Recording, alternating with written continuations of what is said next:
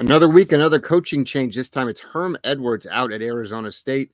Adam Gorney joining me to talk about it. Gorney, this one wasn't exactly surprising that we kind of thought this would happen eventually, but definitely another early season firing. Yeah, it was a kind of deemed a mutual decision to step down and be fired at the same time. However, it worked out. It looked like this was going to happen, not necessarily because of play on the field, honestly. There's an NCAA investigation that continues. It has dragged on here, and I think at some point there needs to be a change and a refresh at the top there. And, Herm Edwards was definitely an experiment from day one. When he was hired, there was a lot of jokes about it. He hadn't coached in a decade. He hadn't coached college football since the late 1980s. So how in touch was he? He did, an admirable job there during his time. That seems to be the problem, though. That's what Arizona State is kind of mired in right now. They're 8-5 seasons, 9-4, something that's decent but not great. And that's kind of where we stand. A lot of people are saying this has nothing to do with the NCAA investigation. I find that incredibly hard to believe. It's almost laughable. I think it has almost everything to do with it. Play on the field certainly has not been great. Lost to Oklahoma State, then lost to an Eastern Michigan team that they should have handled pretty easily. So, Herm Edwards is gone. Where they go from here, and sitting in on the side is an NCAA investigation that still needs to be figured out. Yeah, I got plenty of jokes off when Herm got fired. I mean, if you go back and listen to the podcast archives, especially when he said he didn't want to talk about Devils when he was becoming the coach of the Sun Devils, was a tough one. But I honestly thought he had more success right away than anybody expected. He outlasted a number of the coaches that got hired at the same time as him. And I do think that, like, sometimes going to the NFL to grab some of these guys is not a bad thing. Herm, of course, had been out of the NFL for a while and had been around, the high school events, working the Under Armour game and stuff like that. In the end, it's a failed experiment, but it's more of a failed experiment just because of, like you said, the NCAA issues.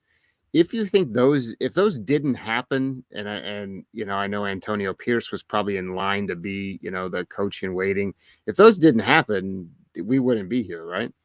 Yeah, no, I don't think so. So I remember covering a Pac-12 media day in the summer before the season, and we were talking to some of the Arizona State players that were there about Herm, and they loved him. I mean, the players at that time felt that they were like circling the wagons around him. He had a good rapport with the players.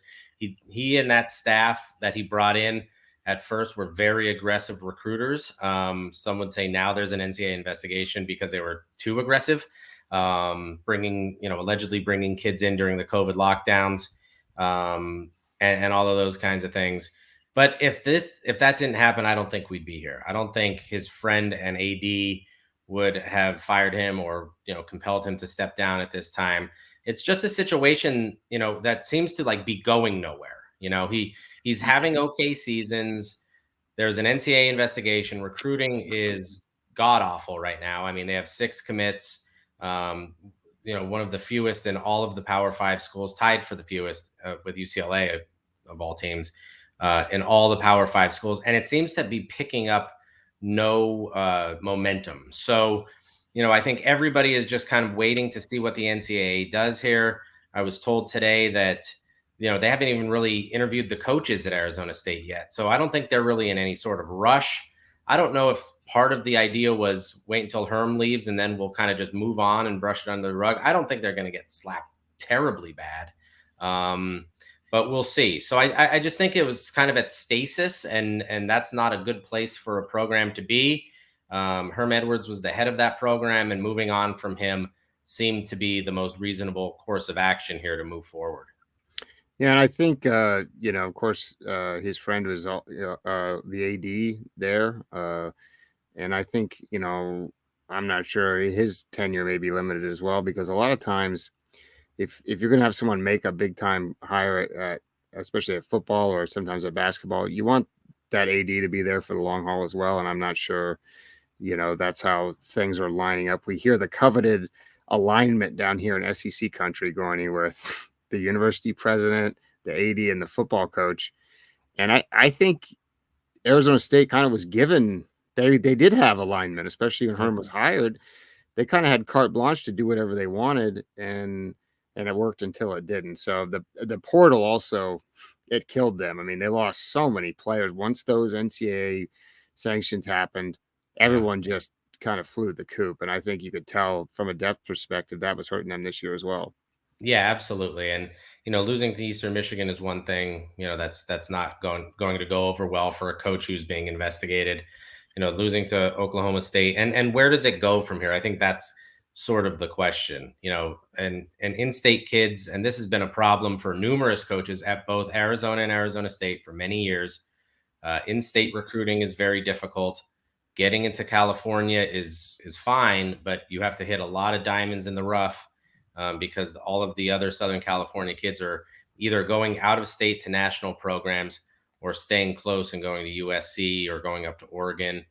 They've had tremendous success in Southern California as well. So kind of where was this going? I mean, what was happening? At first, some people laughed at it, but then Herm kind of turned it around and did well. And I think kind of had some excitement going there that maybe this guy in his mid 60s that we've been around him, he talks a good game, he's an exciting guy, he can kind of capture the moment. Maybe this would work. Maybe bringing in Marvin Lewis and some old NFL hands to be around, that would work. It would be a kind of model that other teams could use. Once the NCAA investigation hit, it really kind of just completely stopped. Like you said, a lot of people left. The portal opened up and people were able to leave right away. Some of those guys that got fired or under investigation, like Chris Hawkins and Adam Brenneman, a lot of top recruits love those guys and were very loyal to them. Antonio Pierce was the head coach at Long Beach Poly before going there, so his connections into Southern California kind of evaporated. Where was this going? It wasn't going anywhere, and so you make the change and then move on from here. And I really think it's even too early to speculate on names. I looked at a couple of the lists that have been floating out there, and unfortunately, it's like, oh, what about Matt Rule? And it's like, I guess you could argue that Matt Rule voluntarily took over Baylor when it was a much worse disaster, turned it around pretty quickly.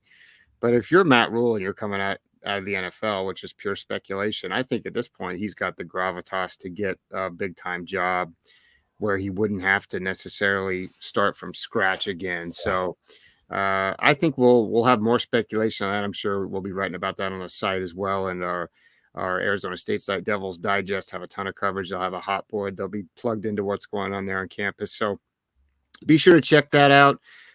Be sure to check out Adam Gorney's podcast, Respect My Decision with Adam Gorney. And we'll be back with our picks later in the week. So Arizona State starting over, Gorney. Starting over. Let's get to it. All right. Thanks. Yeah.